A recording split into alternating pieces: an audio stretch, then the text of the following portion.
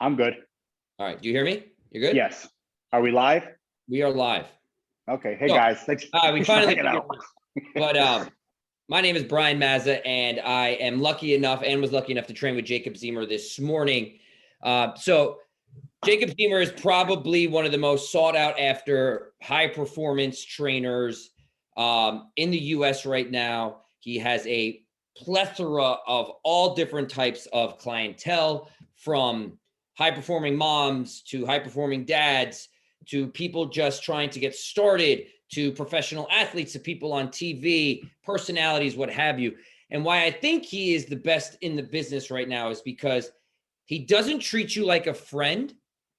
He treats you like a business, and he wants you to do well, and he allows you to stick to the script of losing weight, putting on muscle if you want, and just becoming the best possible version of yourself, which really starts with nutrition. For sure. We've been lucky enough to train with our SMRTFT dumbbells, so that we're going to talk about that and integrate that into our conversation of why we think these are the best dumbbells on the market. Because of the different variety of training you could do with them, how you could switch back and forth with weight, how you can incorporate them with a partner and all that. But first, I want to talk about nutrition. And this is something that I've been doing right now for the last 30 days of March. And I think since you train a lot of parents, it's talking about not consuming their food after they're done eating, because we do know that children usually don't eat all of their food and there's a lot of scraps left over. So how is that hurting so many people while they're not even realizing it? Because anytime you're just picking at things, if you're not in a mindful state, you are just completely unaware of what you're doing. And that's really the biggest part. Like you talked about me being sought after and where I'm at. I mean, I'm going to do 250 plus billable hours this month. A good trainer would do like 80 to 100, right? And on top of at this price point and things like that, it's because I keep people mindful. I've just found ways to keep people in the game because I care about their results. And that's how I demonstrate how people care. When you're dieting throughout the day, the most important thing is that you buy in, that you're making conscious decisions. Like, hey, is this broccoli I'm having covered in oil? Hey, is this food got a ton of sauce on that I have nobody ideas how many calories? Hey, do I have any idea how big this portion is? And so the same thing is true when you sit down and your kid hasn't finished their food. Most of the time you're just like, oh, my kid didn't finish the food. Let me clean up the plate. Well, you're not being mindful of what you're eating. You could be eating 3 dino nuggets and you just added 200 calories to your day and you don't even think about it. It's thoughtless. And when you're dieting, every decision you need to make needs to be thoughtful. So do you think people just get caught up because they either aren't eating enough sometimes and they get really hungry, then make bad decisions, or they let their day-to-day take over their life and they're just at the point, I guess, now where it's like, I just need to eat something because I'm just so hungry. And then that's how they continually do that. And then it's like, you know, I interviewed Matt Frazier one time and he said how he never skips workouts, because if you skip a workout over a year, if you continually skip the compound effect of that is really negative and hurts you a lot, right? So I guess you could take that with dieting as well. 2 parts to that. One, first and foremost, is that people react when it comes to food. So people have a plan with their kids, where they're going to go to school, what they're going to do. Let's get this kid tennis lessons. Let's do this. He wants to do that. They have this huge game plan they have. And when people with their finances, they have it all mapped out. I'm going to just my career. Here's where I want to be in 5. They don't do it with their diet. And so what ends up happening is you end up making reactive decisions instead of just being prepped and time managing.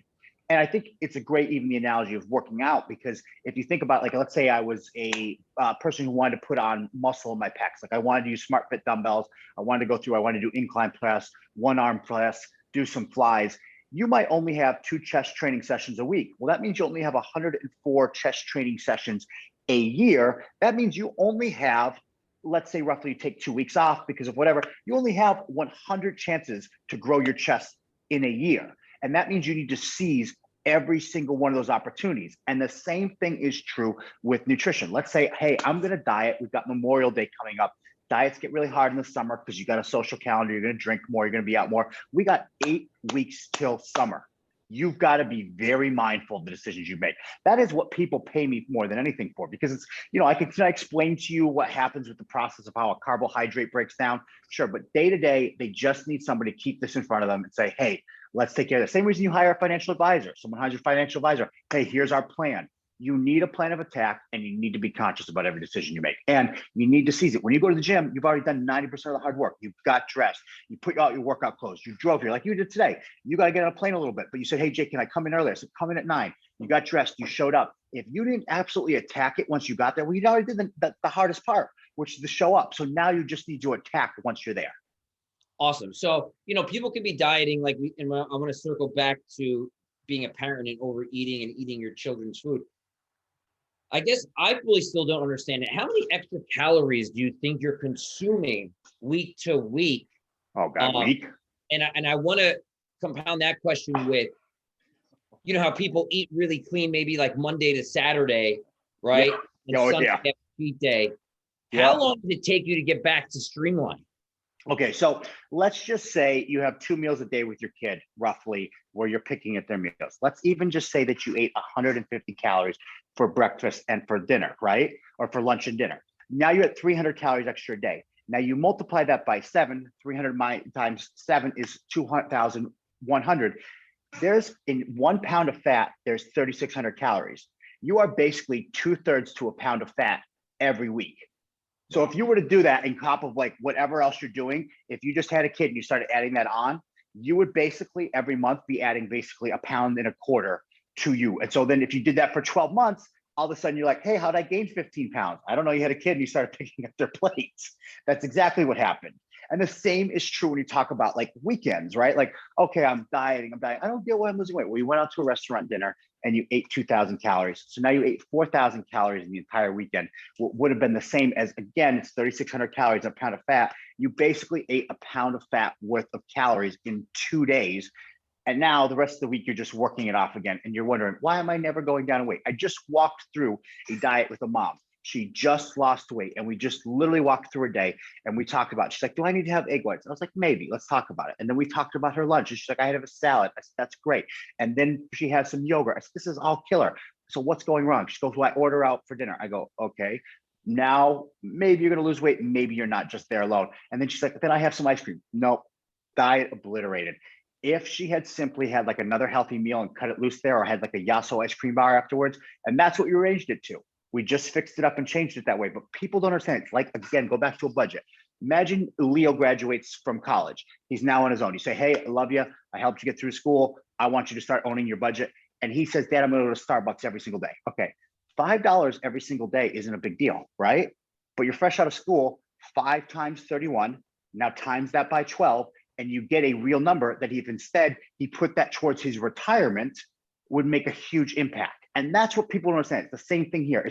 It's a battle of margins. That's how people get wealthy. They put amount weight X aside instead of spending it on Starbucks or the equivalent every single day.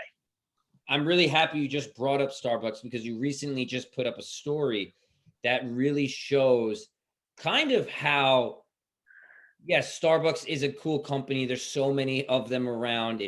It's a staple in America. Yeah, love it. And I don't know if maybe I'd get in trouble for saying this one day, but it's kind of like killing America.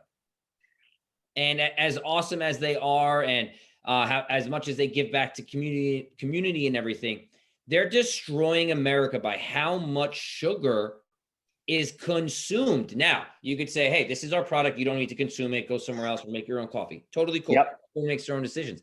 But a lot of people aren't smart enough to understand that. And if someone's having like a caramel frappuccino every single day, the caloric intake is not even a big deal for me. It's the sugar that they are consuming. Let's go over 3 things you just said there. So one thing about Starbucks, I think it's that most people, again, they're just not thoughtful enough. It's not even they're not smart enough. They're not. It's just they got a hard day. They got to go to work until X amount, and then they got to take the train back, and then they got to be with their kids. They're just under a lot of pressure, so they just want to enjoy that morning coffee. But there's a difference between coffee and dessert. For example, a mocha frappuccino at Starbucks is the same as a McDonald's milkshake. It's the same amount of calories. That's not coffee. That's not dessert. And when we talk about, if people are knowledgeable enough, is there a great way to go to Starbucks and have a great meal? Yeah, you can go to Starbucks, you can get a coffee, you can get a little bit of cream in that. It's not a lot of calories. It's 30 calories for one cream. And you can get those egg white bites, which are delicious. And it's the right way to do things. They have Sig's yogurt, another great option. There are options there. It's just many people, they don't bother to look at the nutrition label. They don't bother to plan out their day. They don't bother to consider the context of it. It's not even because they don't bother. It's just because we're all working a lot. We're all caught up and we're all consumed about a lot of things. And we have a lot of things preoccupying our time. And more often than not, you're juggling all these balls. And this is the one you let go. But the reality is you can't, because if you do this, this will have dire consequences in your health, because all the information that we have is that if being overweight is very harmful long-term to your mortality, right? So we just have to be very conscious and say, is there great ways to do things at Starbucks? Yes, but there's also horrible options at Starbucks. Well, it's just like, you're in a rush. You're probably grabbing something at Starbucks and you're going to now, like, as the world's getting back. So let's talk like pre-COVID, right? So that when people were just basically in the rat race every single day. Yeah, which they're getting back to. Yeah, so you were getting back to slowly. So you go to you get the Frappuccino every single day and you sit at your desk for 8 hours. So that sugar just sits. Now, me and you always discuss that sometimes my diet always isn't on point, but right now my diet is extremely on point and we're seeing insane results.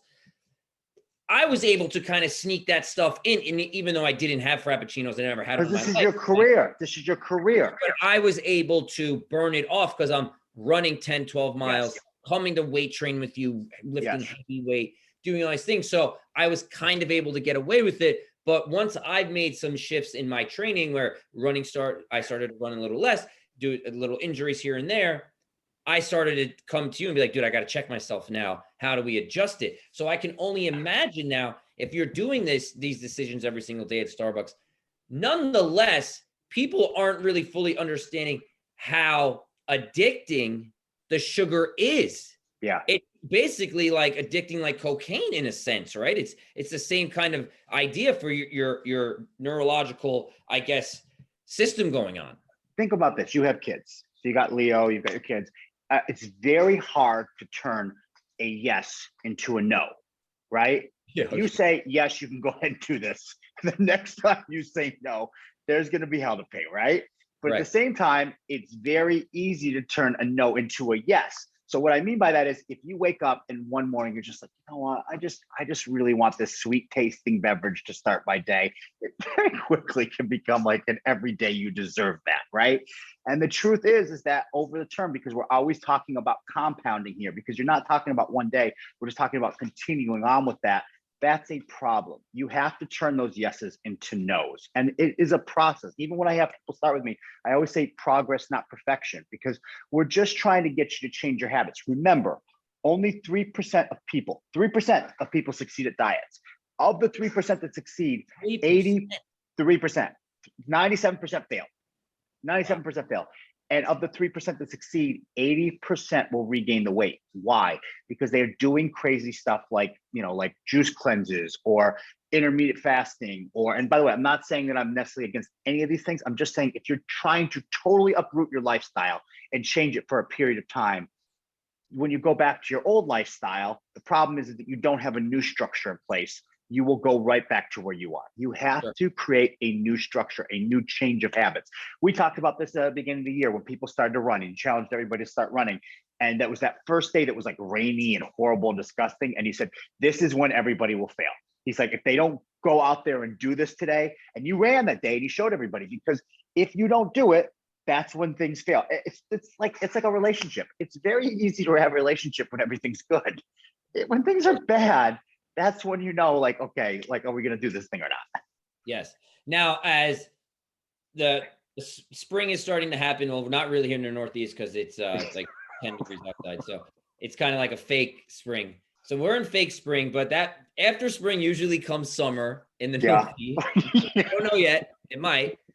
It might just go to fall. But now everyone is usually, January hits, everyone's like, new me, new life, new abs, new decisions, great decisions. Yeah. It's crazy. Now they get really, really fit, or attempt to. They lose weight, lose 10, 15 pounds. Now they're ready for their country clubs. They're ready for their beach. They're ready for their European vacation, living everything going on. Now they start to fail. They start to fail Yes. because they're having drinks every night out. Alcohol. They're barbecuing every night. Now it's like you did all this hard work. Why are you going to let it go? And then now August comes around. Now you've had 2 months of excessive drinking, probably excessive eating, Social again, events, social events, right? You're outside. which You're leads to excessive eating. Yep. So now to September comes around, and you made a really good point, I think, a while ago to me. You're like, everyone gains their weight in September. It's like September's the worst month for these people because July and August, but then they come overweight in September. that's what I meant. So Yes. what advice do you have for people in terms of, like, because I know you drink. Yep. You talk about it on your profile. Casa Azul. Casa Azul. So give me some quick options for people in terms of, like, I guess, lowering their caloric intake. If they want to have a couple drinks, limiting the sugar. And if you're at a barbecue, I'm just going to give you a rapid fire question. If you're at a barbecue, what do? Okay. Here's the deal, even before we get to the barbecue, if you don't mind, I backtrack.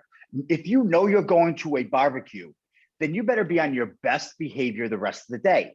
So you take your normal routine and you've got to flip it, because you're going to say, hey, tonight I'm going to go do X, Y. So when you wake up, have the egg whites instead of the normal omelet. Don't get your eggs sunny side up that day. Get the egg whites. And when it's time for lunch, instead of getting the sandwich, get the salad, put the salad dressing on the side, get a chicken breast, or have just even skip that and just put, have a slate or some whey protein, throw it in a shaker, pound it. Keep your calories low going into that situation. If you know you're going to go out and drink that night, then behave the rest of the week. If I know that I'm going to go on vacation on Friday, I am not going out to dinner on a Thursday. You just have to plan around it. So you want to save up your calories in other places. Remember, we're going back to the analogy of how you can ruin your entire diet with having a crazy weekend.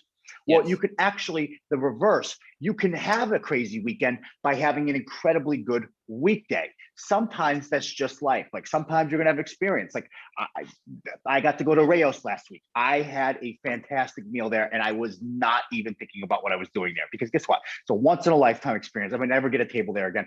And that meant that that entire day I was super behaved, and the day before and then afterwards I was behaved.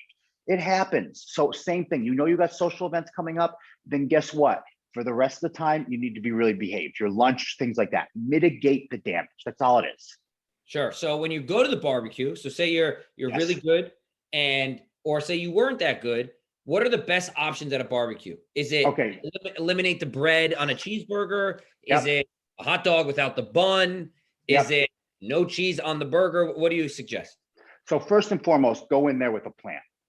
So for example, I am only going to have X amount of drinks this night. I drank when I was younger. I was a wild animal. I don't ever have more than 3 drinks, not because of calories, for other reasons. Okay. But that's my rule. I don't have more than 3 drinks, and I hold myself to that with very few exceptions. Like one of my friends' weddings, maybe I'll cut loose, but that's it. That's my rule. Same thing for you. If you know you're an overeater, go in there and say, I am only going to have 2 burgers tonight, and that is it. And then I'm out. I'm done. Have that line in the sand, and then don't cross it. Because what ends up happening is certain people, like another example, if there's an ice cream cake, I see an ice cream cake comes out. I don't eat the ice cream cake. Why? I love ice cream cake.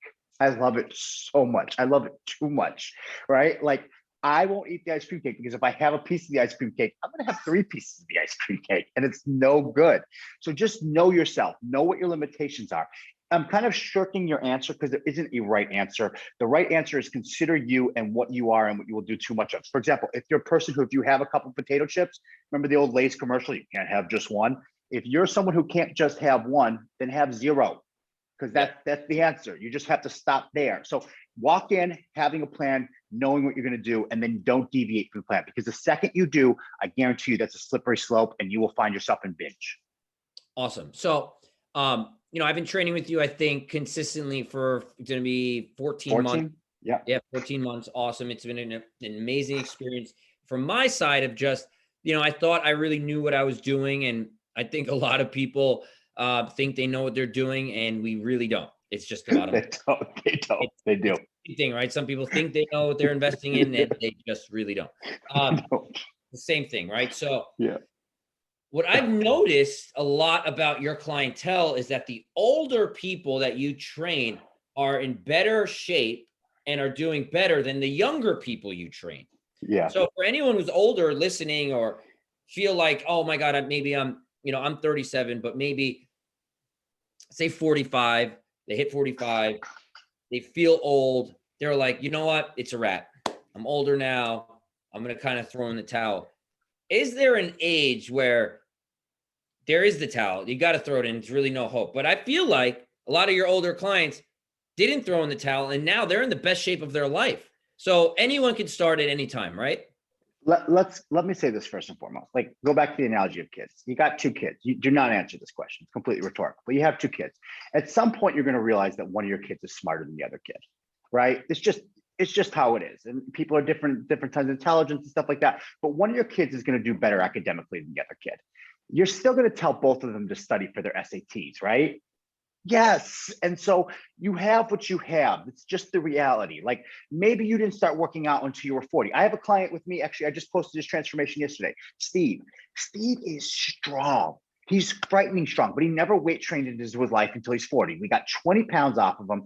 And this guy has only been weight training for like, I don't know, 4 or 5 months, and he's pressing 60 on incline. You might say that's not a lot. Yes, it is. For general population, for a guy who's never weight trained, for in 4 months of weight training to be pressing 60s, I'm telling you, this guy by the end of summer will be pressing 80-pound dumbbells. That's really strong for just Joe Schmo, who's 160 pounds, 170 pounds. He's very, very strong.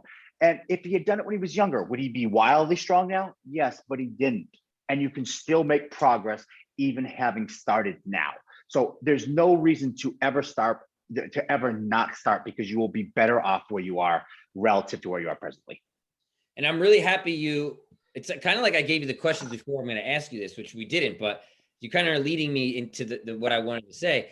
So Now Steve is I'm just using him as an example, why I think SmartFit dumbbells are the best, because in a way, for me, they motivate me because they go up to 80 pounds, right? I know. I love it. And that's why I think this is a really cool dynamic with this adjustable dumbbells. And we could touch on your thought about adjustable dumbbells in a second. But if you're someone who has a goal to get to 80 pounds to lift, these are really cool for you, because you could start where you need to start and progressively get better with goals in sight. Now, yes, you could buy dumbbells at different weights and have a bulky gym setup, but these are really cool because it's right there. So every time you look down to click and change the weight, you are now saying, okay, I'm going to be able to hit, say, 40, start at 40.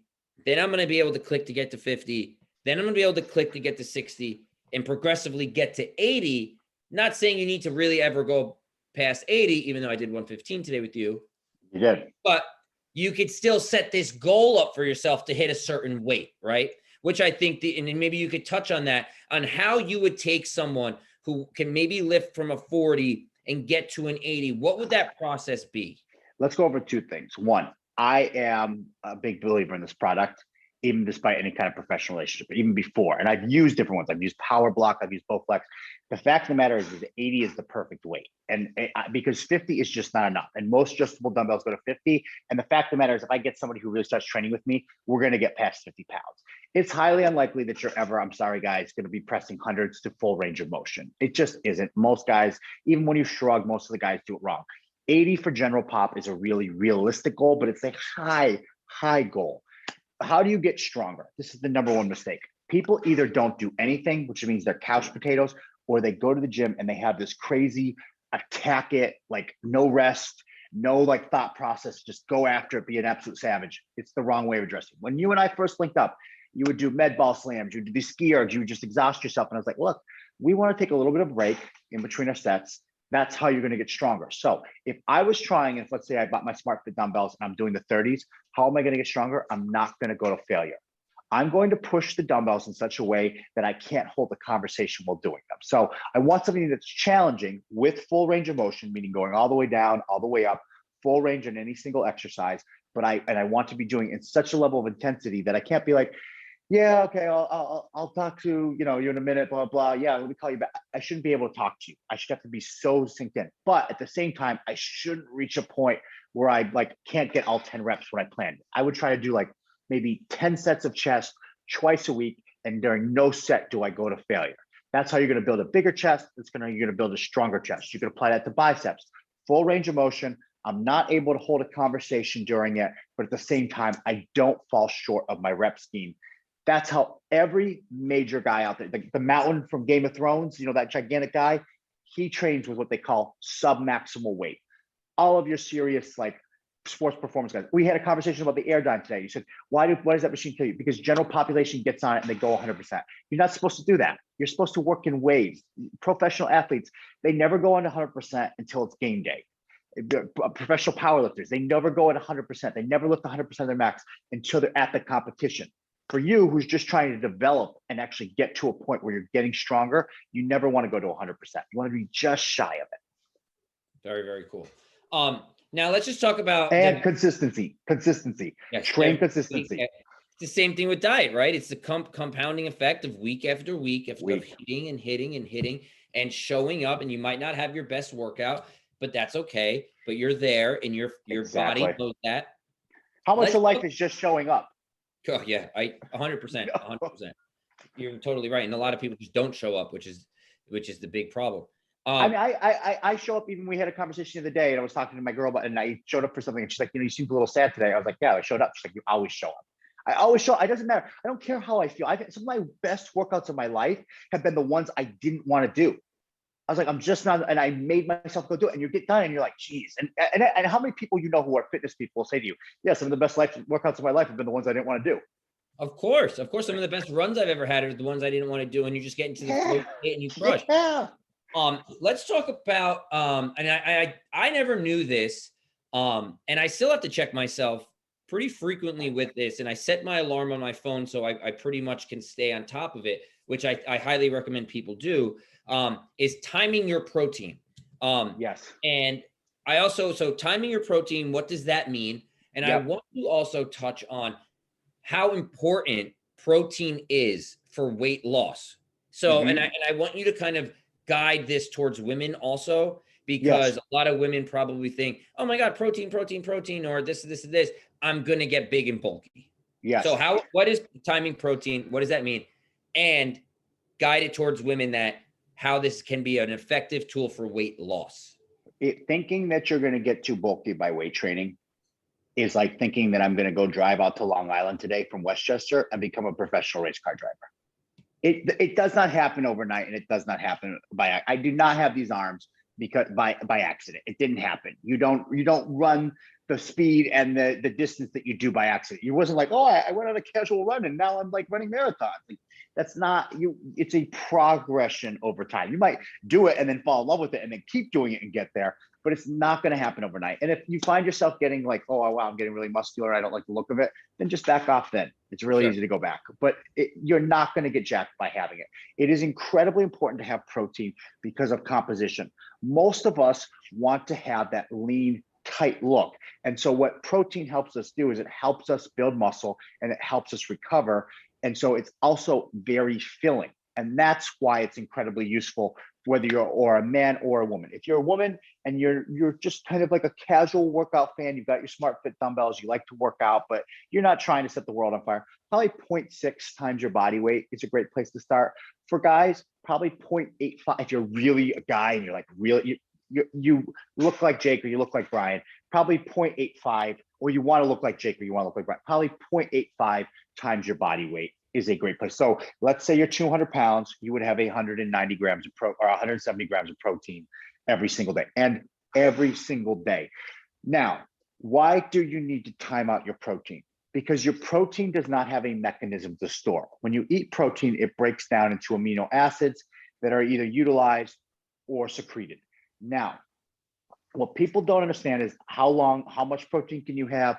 How long does it last in your system? It's really complex because it matters when's the last time you ate. It matters what else you're eating with it. Are you having rice with it? It has fiber in it. Are you having fat with it? There's ways to slow down the digestion of a protein. Something like whey protein digests way quicker than something like steak.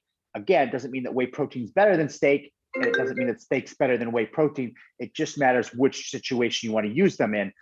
However, what I will say to you is a rough estimate, you should be having it protein every 3 to 4 hours. So if you were trying to have protein, you'd want to have it 4 times a day. I eat 5 meals a day. You want to break up your meals and you want to get protein consistently throughout the day, especially if you are trying to get jacked. Correct. And protein can be either from whole food or a shake on the go, or Yes. white chocolate milk that we all love that has 20 grams of protein. A super coffee, stuff like that, right? Yes. Vital protein, slate, a steak, any of those, all work. So there's a question in the chat that just came up. It says, how are the SmartFit adjustable dumbbells different from the others on the market? Well, I know my experience, and you can touch on this too. I think the durability of these are the best. Yeah. Because we've trained with the block ones that you have to constantly pull out and adjust, and they either break. And I remember specifically at one point when we were lifting pretty heavily with them, they would kind of get flimsy and the thing would slide out under, which would make it kind of unsafe for us. So what is your take on why you think these are the best in the market? Look, here's the number one reason. See this? It's a cylinder. This is 20 pounds. It looks like a 20-pound dumbbell. When it's built up to 80, it looks like an 80-pound dumbbell. Here's the reality. Those old dumbbells that are non-adjustable, those have the best build of any dumbbell. These model that. Most adjustable dumbbells are not built like that. You have a 15-pound pair of most adjustable dumbbells. They're too big to do lateral raises with. They're too big to do bicep curls with. They're clumsy. So they're terrible for that. Or if you move them up to 50 pounds, they're wanky. They're kind of dangerous. They're uncomfortable. They break. These are made in such a way that whether you're doing 5 pounds or 80 pounds, it's accomplishable what you want to do. So I can actually do bicep curls with these, which is my favorite thing about them, is that they're versatile. I can do basically any exercise with them. Whereas if you had a different kind of model of them, some dumbbells are really good at pressing. They're really good for shrugging. You can do leg work with them, but they're too big and you can't do lateral work or some of the simple isolation exercises. You can do everything with these dumbbells. And the fact that you just set them in and you turn them, as opposed to having to put a pin in or having to adjust stuff, extremely versatile, and they're durable. Awesome. All right, so we have 5 minutes left. I just want to hear you take the floor and give your best advice in the fitness industry, because I'm assuming some people that are jumping on here either want to become a trainer and be Jacob Zemer, and seeing your growth has been incredible over the years. We don't need to get into crazy details about that, but yes, I want you to just touch on what makes you the best right now in the industry, and if someone wants to be like you, what advice do you have for them? So without getting into crazy details, about 6 years ago, I was in a blue shirt at Equinox, which is wild. One of my friends said they were at an Equinox recently and looking at somebody talking to clients. They were in a blue shirt, and he's like, Jake, that was you 6 years ago. This is like nuts. He's like, it is. It's a little nuts when you think about it. I think the number one thing is have integrity. First and foremost, have integrity. If I tell someone something, they know I'm going to do it. If I say I'm going to show up, I'm going to show up. I have had the entire time I have done this for 6 years, I have only had one no-show for a session. And it's because my dog was a little attacked at the park, and I had to text them that day and they texted me. I'm like, oh my God. And they didn't even care because they knew I was serious, because they'd already trained with me for 3 years and they knew something was wrong. One time in 6 years. And that was the only time.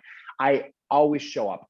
No one has ever had any issue about saying, hey, Jake, I got charged. No one's ever had any issue with me being inappropriate when I'm dealing with them. I am a constant. Today I had a client, I've known her for years. I trained her husband and her wife, and I had to get behind her and I had to stretch her neck.